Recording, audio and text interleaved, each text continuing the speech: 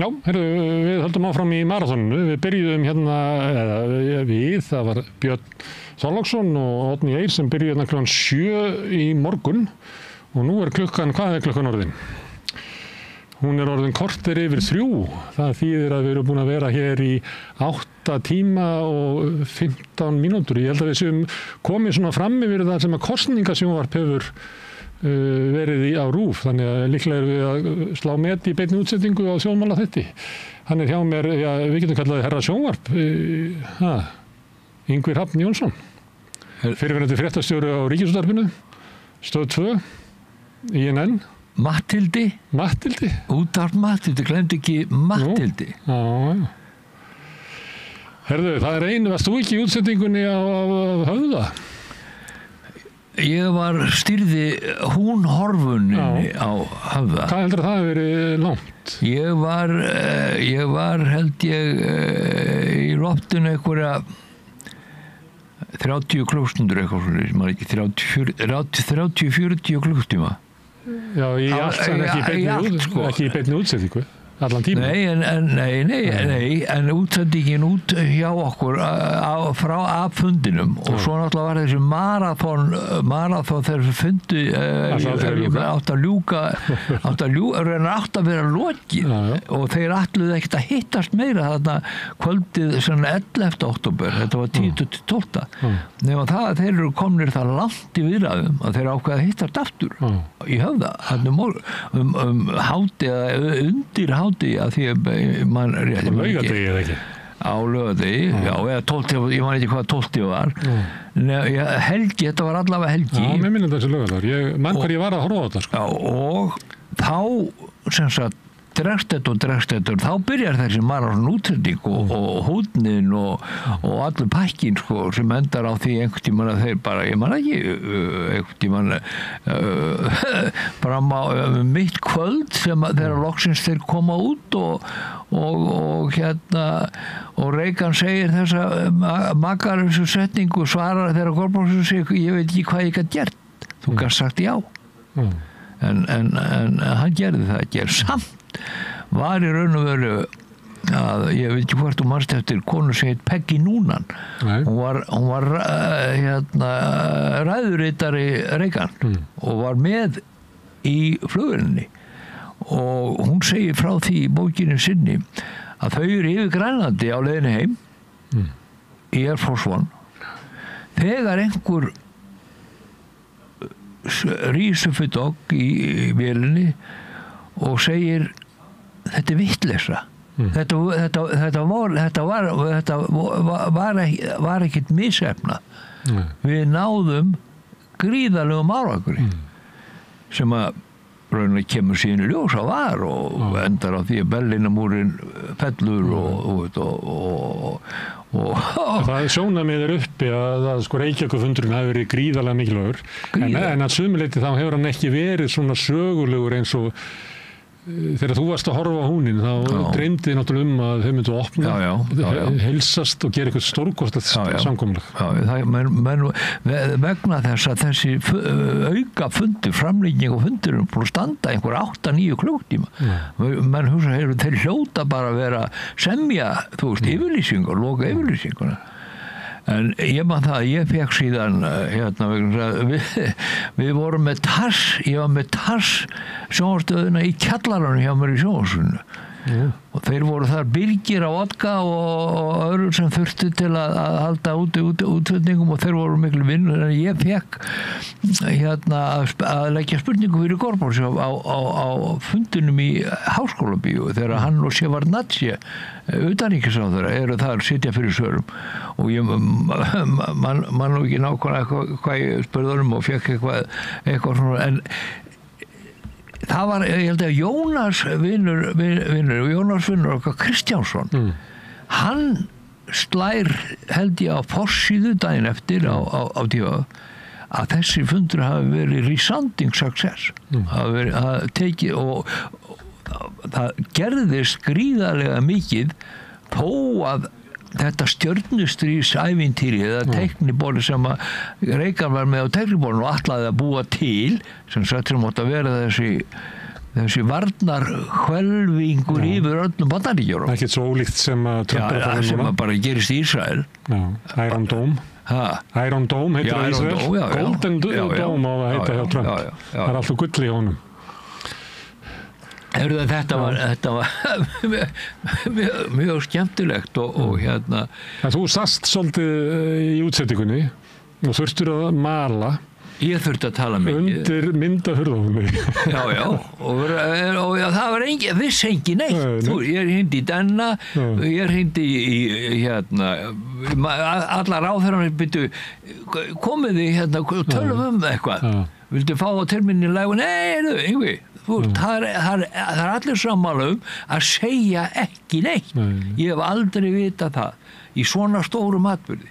Og sko, áður en ég tók við fréttastjóraembættinu að þá fekk ég að fara Markus Örn Andorsson útvarpsstjóri, ég fekk að fara til BBC og vera þar í nokkra daga. Ég fekk að síðan fór til New York og var hjá ABC, NBC og CBS hérna stöðvarum og fór til Washington líka og síðan þeim svo til PBS og ég var bara að safna hugmyndum þetta. Og hérna og Peter Jennings heitinn sem var þá fréttastjóri hjá ABC-stjórnar. Íslandsvinur kom inn það. Já, mjög mikið. Hann sagði við mig prívat og persónulega að þetta var að sennilega mundi einhvern veginn sagan aldrei kveða upp úr að Reykjavík hafi verið örlagavaldur en hann sagði aldrei efast það að það urðu gríðarleg tímamót í samskiptum austurs og vesturs á þessum fundi mitt á milli þessara tveggja þjóða og þegar þeir skildu að skiptum Reagan og Gorbachev að þá var víðsfjarri því að þeir skildu sem einhverjir andstæðingar eða annað. Þeir voru búin að ná sama, þeir voru búin að sitja þarna, maður ekki hvað, endaði einhverju 14-15 klukkustunda marathonfundum og hann sagði að það var mjög hlýtt á milli þeirra og þessi þýða sem varð milli austurs og vesturs, hún verður af alvöru þó þetta hafi ekki verið fyrsti fundur þeir hittust náttúrulega í Sviss var það ekki? En þá þeir vildi halda þið fram að þetta er engin spurning. Þessi ár þarna, hvað ég að segja svona niður 9. áratugurinn og kannski svona fram að aldamótum, þetta ekki eiginlega svona blómatími sjónvarpsfréttanna á Íslandi? Þú talar að þú hefði farið og skoða hvernig það var gert í að svolítið stórum sjónvarpsstöðum út í heimi. Já, ég meina þetta er náttúrulega risar við hliðina á RÚV. Ég er náttúrulega þar sem ég gerði bara í raun og veru svona til einfalda að ég fór byltingi sem ég gerði, hún fórst í því að við fórum fréttamennirnir sjálfur, fréttamennirnir mínir að segja fréttir en ekki lesa þær. Þeir Mæki Bjarnfræðs og Sonja og þau öll sem voru lásu fréttir og gerðu það mjög vel. Þau lásu fréttir bara, þau fengu hérna handritin og svo bara var hérna og ekki litið upp. Og svona að byltingin sem ég hef gert var bara svo að við fórum að segja fólki fréttirnar beint og millilega laust. En horfðu ekki bara í prompter? Lásuðu ekki bara? Svo fekk ég teleprompter sko og hérna ég man ekki halvu ári eða eitt af ég sagði við Markus fyrsta sem ég vil fá fyrsta græjan sem að þið kaupið handa mér er teleprompter. Til þess að lesfréttirnar horfist í augu við áhorfandann. Já, bara, þú veist að, ég eins og ég bara sita móti þér og við bara tölum saman, þú veist, og það var þannig. Sem er náttúrulega allt annað, ég held að fólk viti það alveg að það er miklu auðveldar að hlusta á fólk sem er að tala heldur á fólk sem er að lesa. Þú þarft eiginlega að vera frábær lesari til þess að maður haldi sömu athygli eins og þegar fólk er bara að mæla fram. Já, það er sko, í raun og veru, Gunnar, er allt eins núna í sjónvarpsstöðvunum eins og bar sem það sem ég Þess að þú setti í skildir við gang það. og 19, nema bara það að nú tæknin orðið þannig að þú getur verið með bara með síman og bara live, þú veist, hvað sem er á landinu. En mér finnst það ekki mikið notað hér. Þú sér að unga fólki, sérstaklega á Stöð 2 eða í Sýn sem heitir núna, þau eru bara hérna út í bæ, hérna, það er kannski 60% af fréttatímanum eru krakkar út í bæ að segja þær fréttir. Þannig að Þulurinn sem situr í stúdíu, hann er bara með svona teleprompter inganga og annars slíkt og segir frá því en þannig að þetta er semst bara þetta að segja fréttir en ekki lesa þær. En RÚV gerir þetta síður? Ja, þeir eru heilmikið með þetta líka. En ef maður horfir á svona þessar eins og CNN og Fox og þetta dót í Bandaríkjunum, þá eru þeir eiginlega með næstu öll viðtölin bara í gegnum svona Zoom eða fólk er bara hér og það. Engin í stúdíu hjá þeim, bara einstaka sinnum. Algjörlega, það þarf ég svona sko fyrir tæknimennina, þeir þurfa bara að vera sko eins og píanóleikarar. Bókstaflega, þú ert að taka einhvern sem er í Kaliforníu og annar sem er í Tel Aviv eða í Líbanon eða Teheran, hvað sem er og þú ert og setja þetta allt saman, þetta gerir þetta allt live. Ég meina, sást eldflögarnar þegar þeir voru þegar mest gekk á, þá ég bara með stilt á CNN eða Fox og bara eftir hvoru þeir var með flottari mynd af inn í miðri Tel Aviv til að sýna eldflögarnar þegar þetta var magna sjónarspil. Við erum með í marathoni núna því við erum að setja áskriftu fyrir samstöðuna. Okkur datt í hug að taka svona smá kafla núna í dagskránni að tala við svona eiginlega horfnar litlar sjónvarpsstöðvar og þú með húu INN. Og hvað varstu með hana lengi? Það var ekki þetta, mörg ár eða ekki? Ég held að vera einhver 8 ár, 7 eða 8 ár. Ég átti hann ekki, svo átti Björn Ingi Hrafnsson og hans fjölmiðla veldi innan gæsalappa.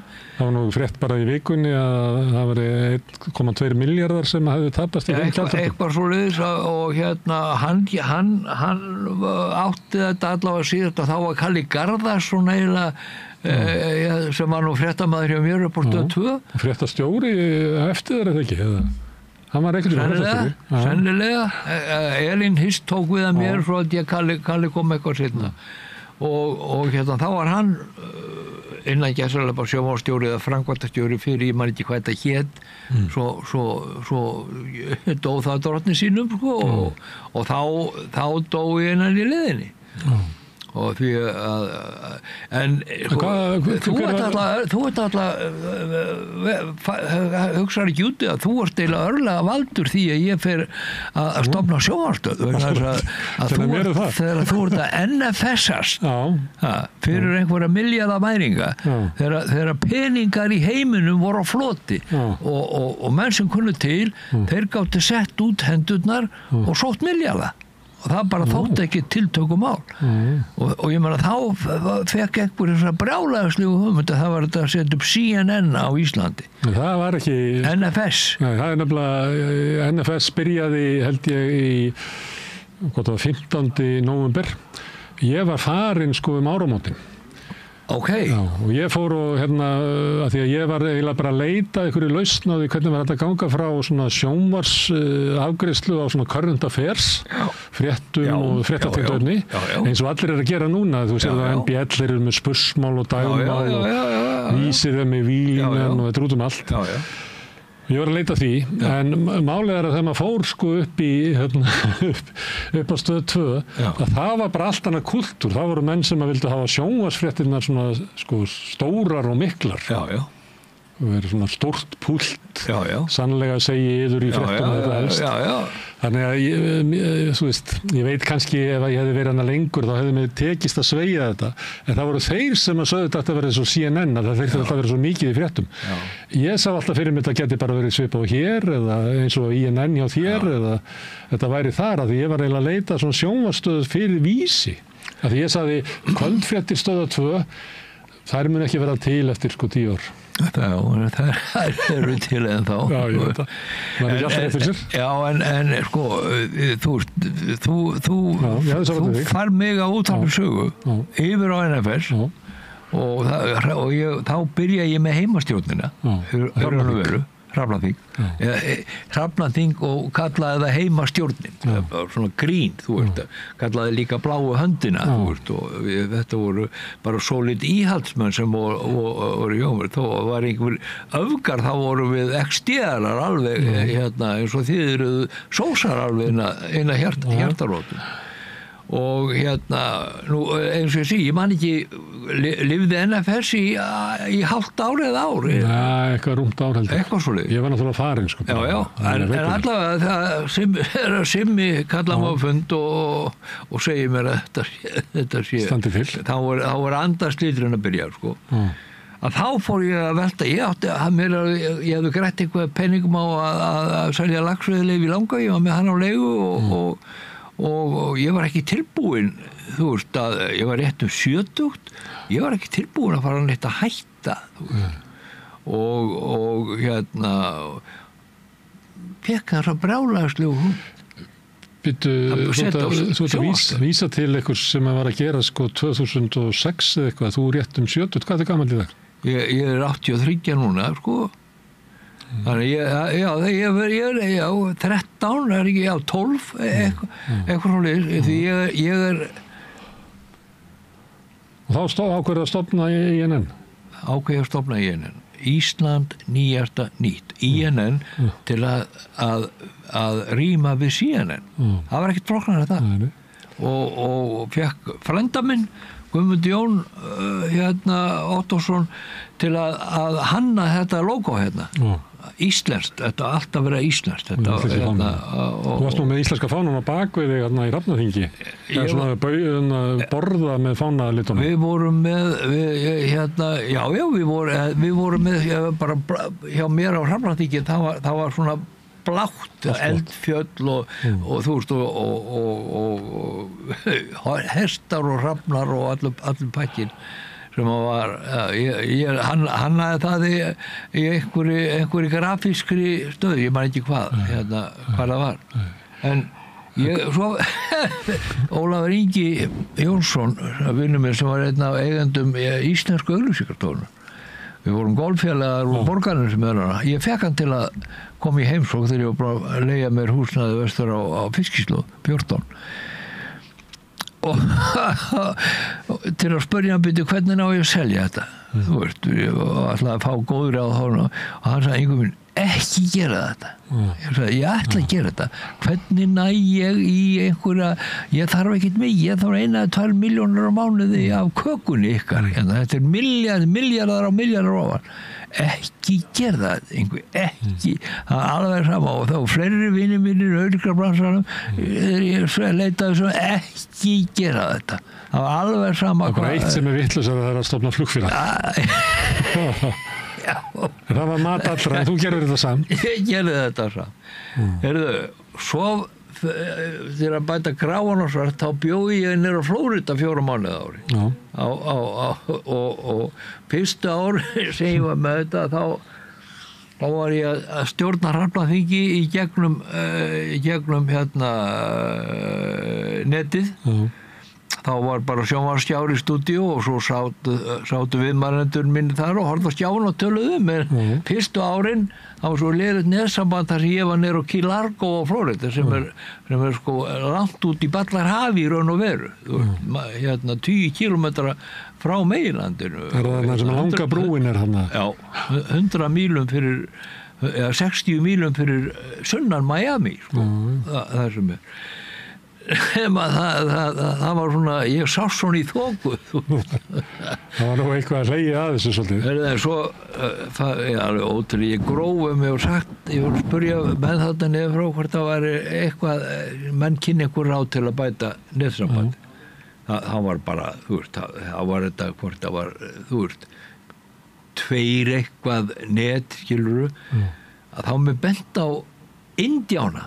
Og ekki hlæja því, bara í Indjáni með sko sítt hár og gat komið bara beint út í kvarter og bíómynd. og ég segi hann vanda minn honum fannst ekkert mál í Ísland hann kýrtist ekki einu við ég tók upp $200 sela og rétt á honum og sagði getur búið til betri mynd og hann settist niður maður og þú veist og með einhverjum ég svarið það hann fór með einhver svona indjána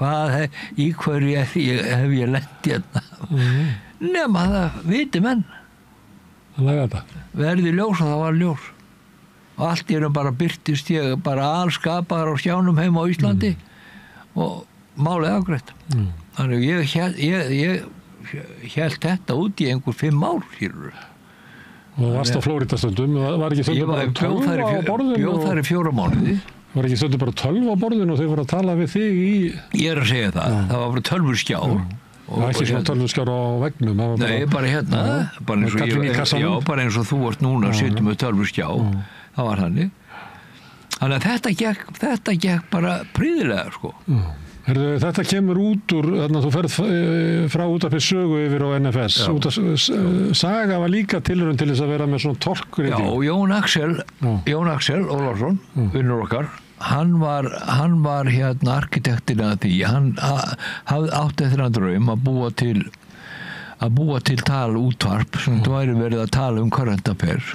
og fekk mig og Halla Tost og Sigur G. Tómasson og Öddu Arnþrúður Karlsdóttir Þú ert Sjálfstæðisflokkurinn, hún er Framsókn Já, í raun og veru og ég meina Halli er þá Samfylkingin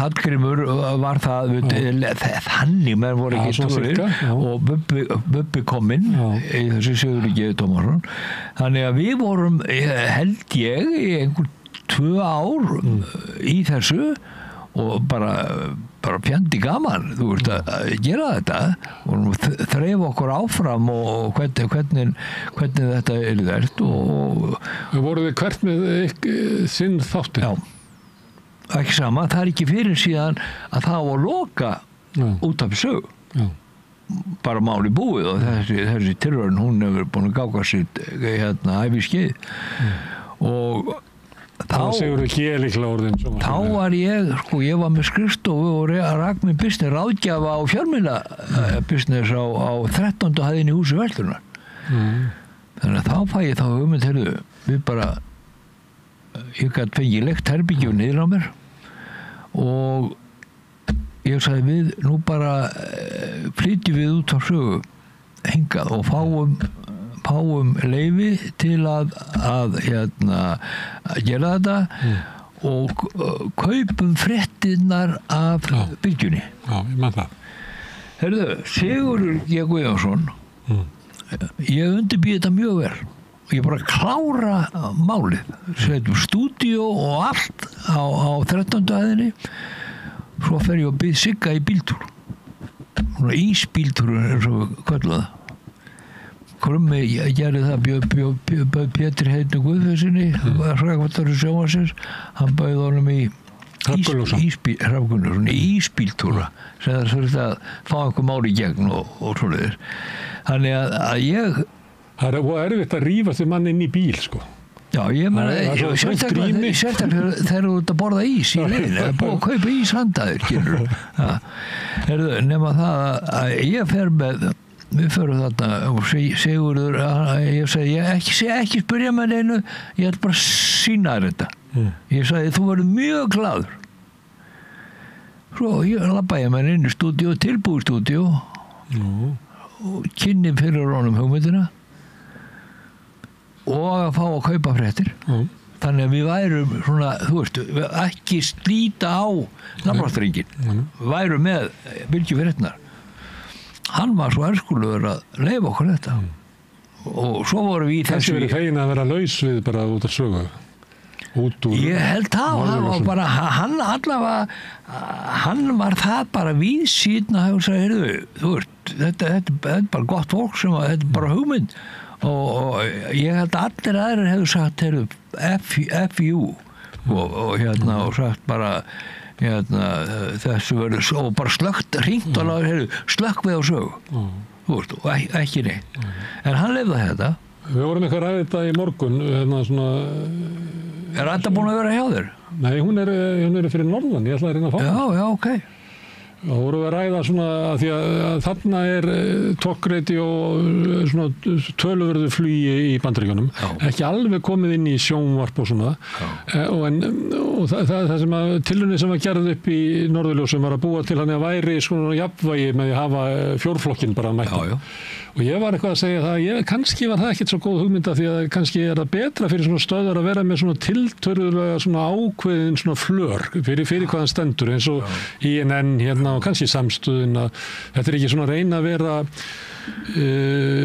þó að hérna kemur fólk alls staðar að og með alls konar skoðanir að þá kannski ekki gefið að sko stöðinni sjálfa færast eitthvað rosalega mikið til heldur að hefði verið snjallara bara leyfi svo að vera bara hægri stöð eða vinstri stöð eða ég veit ekki, Út af Saga svolítið, við myndur ekki segja að hún væri bara mjög hægri sinni stöð í dag Saga? Ég bara viðurkenni, ég bara hlustaði á sögu sko, lengi ekki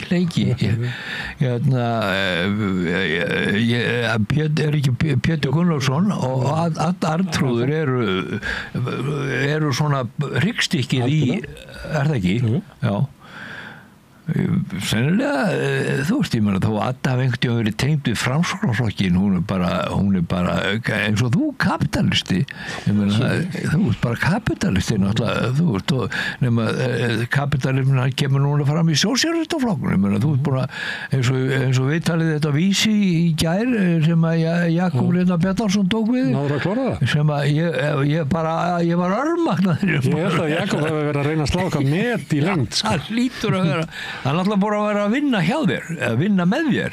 Hann hefur verið mjög skemmtilegt hefur Jakobinni hjá þér eða?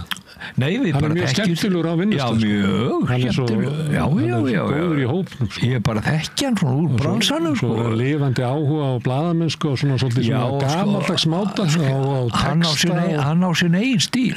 Ég segi stundum að stíllinn hans er svolítið stíllinn sem að Matthías heitinn Jóhannesson, minn mentor hérna í blaðamennsku var með og gaf út frægar viðtalsbækur hérna margar og hann þótti taka innan gæsalappa djörfustu og framsæknustu viðtal sennilega myndum að kalla það sko. Síðan þá Jakob veit að hann hefur þetta Þú ólst upp á Mogganum ekki? Já, 13 ár Matti myndi segja að þú værir Mogga-egg eða ekki, sagði hann ekki við alla Ég stýri hérna hálfsmánaðarlega hittingi hjá nokkru Mogga-eggjum sko, við erum 10 sem hittust og borðum belgíska vöflur eða smörlarbrauð og tölum saman Honum fannst það skipta máli að geta eitthvað af sér Það sagði líka þá sem að voru stofnuðu helgabústin. Þetta var eins og að hérna, við líkti við að vera í doktorsnámi í blaðamennsku. Við sátum sko á hverjum degi 2 tíma fyrirlesturum. Þú veist, sem byrjuðu klukkan 1 og voru búin stundum að ganga 4 sko, menn voru alveg arfa brjálaðir áttu eftir að þú veist að vinna hérna fréttir morgundagsins. Og hver var með fyrirlesturum? Hver var með fyrirlesturinn? Matthías Jóhannesson þetta var verkefni á fundurinn stóð í 1,5 til 2 klukkutíma og það var bara hérna farið yfir og þú sko á kafi reik það reyktu kannski að ef það voru 20 í herbyggjunum það er 15 hafi reykt það var þeim tíma 1966 til 1979 en þetta voru velmektar ár Morgunblaðsins. Þessi ár og kannski svona fram eftir alveg til 10. áratugs ótrúlegt veldi í Morgunblaði 50.000 eintök annarkvort hús 50.000 eintök getur ímyndar þú ert að bretta 50.000 eintök af ókeypis-blaði eða 80 pluss En þá var Mogginn sko, ég fór í annarkvort hús Þeir drápu innan ekki að bara gamla mokkan, sko. Já. En þá fann maður það, sko, að mokkinn, hann hélt ekki svona ákveðnum tegundum af auglýsingum. Því að þá var til dæmis Bónus, Rúmfattalægurinn, BT-tölvur, þetta svona fyrirtæki sem að reyna að ná til helmingsins sem að hefur minna umleikis. Og þá næri mokkinn ekki þangað, sko. Þú ert náttúrulega með Jón Ásgeir á bakvið að hluta til í þeir. Þeir voru að fara í þetta ævintýri. Já, þeir voru reyndar komnir inn í Fréttablaðið allt saman áður. Áður en... Já. En menn voru svona með hugmyndur að þeir eru bara stælt í penningum. Í þessu, sko. Ég nefnilega hafði lesið, sko, einhvern tímann, þegar mokkinn lenti í fjárhagserfiðleikum 1923 eða eitthvað svoleiðis. Þá horfði ekki vel. Já. Ég man ekki hver var að reka þá. Sem að tengið Þýsaóttarprentsmiðjunni. Og þá hugsaði sá maður að þeir sem hafa sameiginlegan hag af því að halda mokkanum úti eru kaupinendur í Reykjavík. Þess að þeir verða að koma auglýsingum til sinna viðskiptvinna. Og það var nú bara þetta sem ég hugsaði á síðan tíma þegar að TF voru að missa Fréttablaðið. Hverjir hafa sameiginlegan hagsmuni við okkur að halda Fréttablaðinu gangandi? Það eru kaupinendur í Reykjavík. Og það var það Húsasmiðjan og svo Baugur sem kom inn. Því að þeir þurftu á þessu að halda því að þeir gátu horft á þessu svo við getum látið 50 milljónir í það verkefni. Ef við gerum það ekki, þá mun mokkinn ná því af okkur bara á einu ári með hækkun og auglýsingar. Þetta var nú ekki flóknara þetta. Sko, það var bara sameiginlegir hagsmunir. Þegar ég hætti á mokkanum þá fór ég út í fjölmiðlaráðgjöf og stofnaði mitt eigin fyrirtæki og var mjög stór, hjálpaði Daihatsu-mannum að verða til meðal annar. Einu sinni þá seldi einu auglýsing sem ég bjóð til í mokkan 536 bíla þriðja síðan í mokkan þá var umboðsmaður Daihatsu í Hollandi gjaldþrota og það var til einn hektari af Daihatsu Charmant bílum og þeir Jóhann Jóhannsson og Sigtryggur Helgason þá var með Jóhanni þeir keyptu þennan hektara af bílum og ég var þeirra PR-maður og ég bjóð til þessu auglýsingu. Ég man að ennþá bíllinn kostaði 3.650.000 og það var bara 5 dálkur stríðsletur.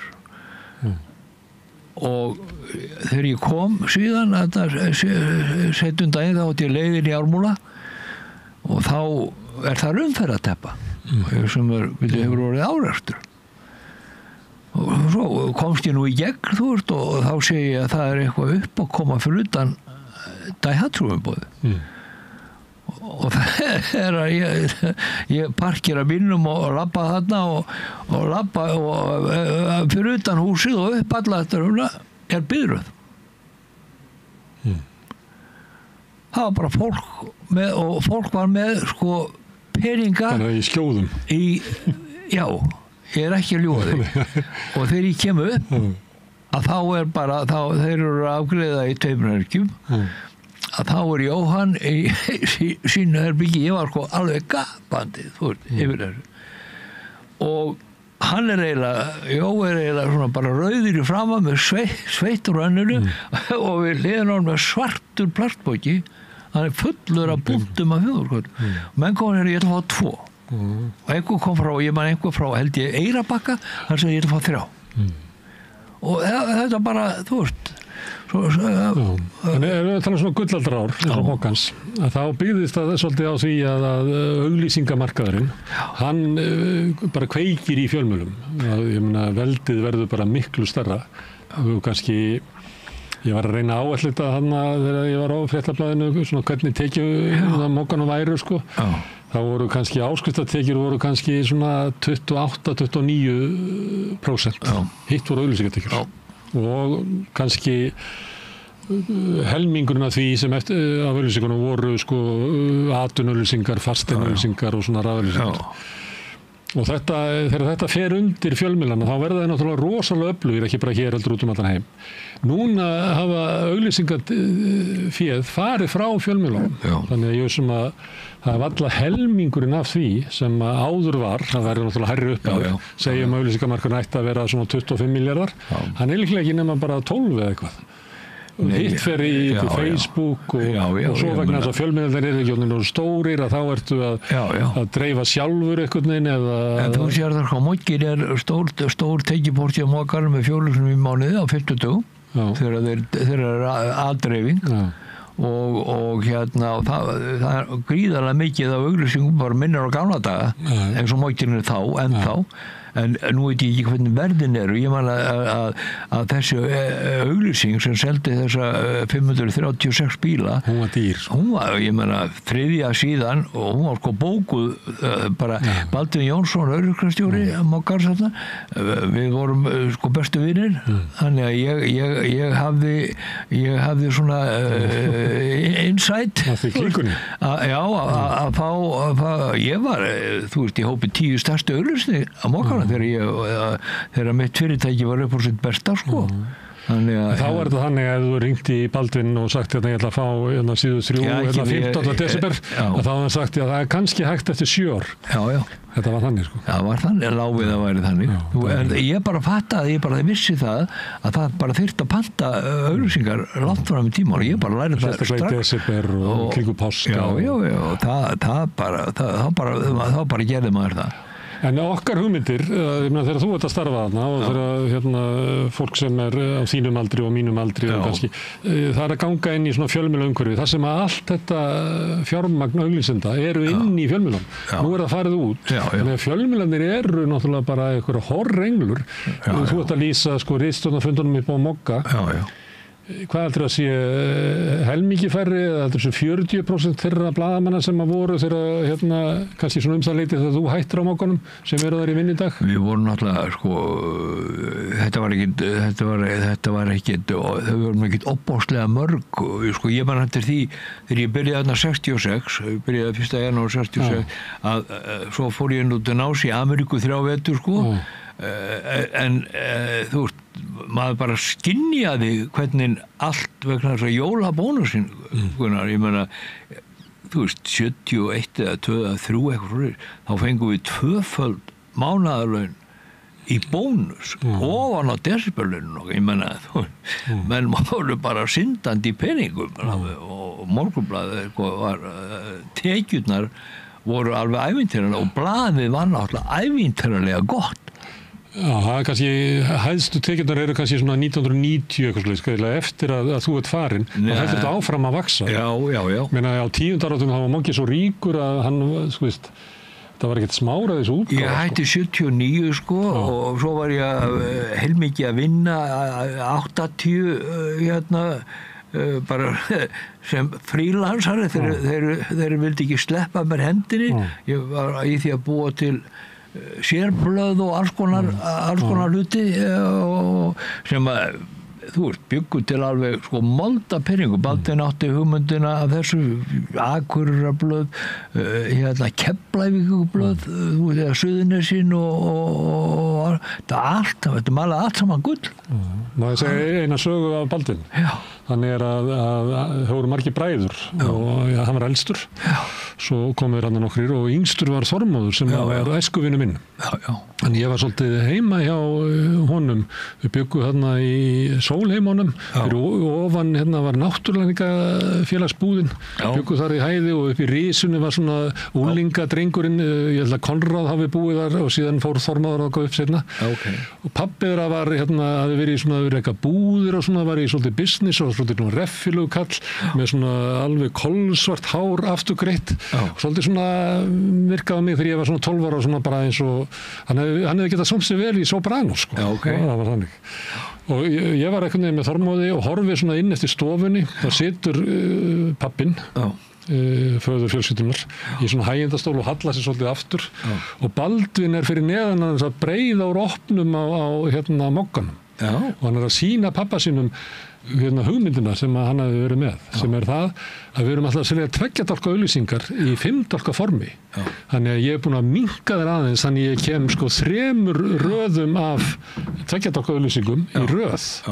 Og hann var að sýna pappa sinu hvað hann var í sniður og pappa svona nikkaði svona kollu og þetta góð hugmynd sem þetta var náttúrulega, þetta var jógtekjur mokkast bara 20%. Bara einu nóttu. Ég man eftir það fyrsta skipti sem ég man svo eftir Baldvin. Hann var mjög hugmyndarík og hjálpa meðbyrjun var náttúrulega æðiskengin blaðið var svo gott, blaðið var svo öflugt og ég meina ef við þurftum að fara út á landið að gera eitthvað þá var bara hringt í Elíasir bara á flugvélinn tilbúin og villi flugmaður og bara flugum hvert á land sem þurfti það var aldrei einu svona spurt hvað það kostaði eða vantaði frétt að þá bara var farið. Nú voru allir fjölmiðlar á horriminni og meðal annars við. Herðu, Ingur Hrafn, þau ætla að koma hérna sem að voru á N4, ætla að koma hérna eftir. Já. Viltu kannski sitta eftir og spjalla við þá? Veistu það, ég er eiginlega... Þú ætlar að fara upp í sveit? Ég eiginlega hugsaði þetta í klukkutíma. Þannig ég er planaður... Já, og við erum bara búin með það, bara fínt. Já, erum við ekki búin að fara yfir það sem að... Ég held að við bara verið fínt spjallið, mjög gaman að fá þig. Heyrðu, vonandi hafa alveg helstinn áheit og auglýsingartinn. Já, þú veist hvað það er mikilvægt. Heldur að skipti máli fyrir samfélagið að séu öflugir fjölmiðlar og Algjörlega. Og ég meina aldrei meira en þú sér þess að þetta málþórsrugl sem er í gangi núna niðri í Alþingi, þú veist, að skiptir gríðarlegu máli að sé sagt frá því og það, þú veist, fólki finnst þetta karikatúr, þetta snýst núna þú 71. greinina, hvort að, þú veist, segir Kristján Frosta, heyrðu, hingaðu ekki lengra, eða námenn að semja. Mér finnst þú að stoppa þetta. Og þessi ótti við að nota þetta heldur minni mig á maðurstöðu þegar Ólafur Ragnar þegar hann hafði beitt í málskostrektunum. Bara leið og hann gerði það, þá var bara komið nýja reglur. Þannig ég held að þetta verði bara gustug fyrir þjóðina að bara stökkva á þessu. Þjóðin vill að þetta verði gert. Já, bara gera það. Við hafum samþykkt hérna á sameiginlegu fundi INN og samstöðurinnar að það verði gert. Við ætlum að gera örstutt hlé, svo ætlum við að fara norður fyrir heiðar og fræðast aðeins N4 eftir augnablik. Tryggjum sjálfstæði samstöðvarinnar, maraþón málþóf núna helgina frá laugardagsmorgni til sunnudagskvölds 28. og 29. júní í lengsta þjóðmálaþætti Íslands í beinni útsendingu. Verið með okkur helgina til að tryggja sjálfstæði samstöðvarinnar. Vilt þú koma í viðtal í beinni útsendingu á samstöðinni? Allir velkomnir á milli klukkan 12 og 13 á laugardaginn, samstöðin. Hjálpið okkur að byggja upp dreifikerfi samstöðvarinnar með því að læka síður samstöðvarinnar á YouTube og Facebook. Bókvistun býður upp á alhliða bókhaldsþjónustu fyrir einstaklinga og fyrirtæki. Við byggjum á reynslu, faglegum og traustum vinnubrögðum. Bókvistun, alhliða bókhaldsþjónusta, Bæjarhrauni 2, Hafnarfirði. Samlokubrauð, maltbrauð, tékkneskt-brauð, súrdeigsbrauð, brauð ársins, Bernhöfts bakari, íslenskt handverk síðan 1834. Ertu á leið heim úr vinnu? Stilltu á FM 89,1. Fortíðin var aldrei, hún aðeins er. Einkasýning Larissu Sansúr hjá Listasafni Reykjanesbæjar, opið alla daga nema mánudaga til og með 17. ágúst, Listasafn Reykjanesbæjar. Með því að ganga í leigjendasamtökin styður þú baráttu leigjenda. Leigjendasamtökin eru fyrir öll þau sem vilja vinna að réttlæti og öryggi á húsnæðismarkaði. Leigjendasamtökin.is. Húnavellir, fullkominn staður fyrir fjölskylduna. Ertu á leið norður? Húnavellir er fullkominn staður fyrir fjölskylduna. Tjaldsvæði með rafmagni, gistiheimili, sundlaug og heitur pottur, líkamsrækt, leiksvæði fyrir börn, sparkvöllur, veiði í Svínavatni, rafmagns hjólalega, Morgunverðarhlaðborð, kvöldverðarhlaðborð fyrir hóp og húsbílar eru velkomnir. Hópatilboð í boði fyrir ættarmót, stóramæli, fjölskyldu og ris og í síma 861 23 19. Húnavellir.is.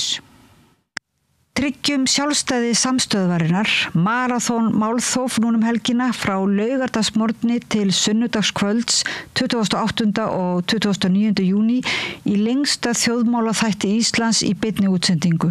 Verið með okkur helgina til að tryggja sjálfstæði samstöðvarinnar. Gerist áskrifundur á samstöðinni og taki þátt í að byggja upp öfluga og róttæka samfélagsumræðu.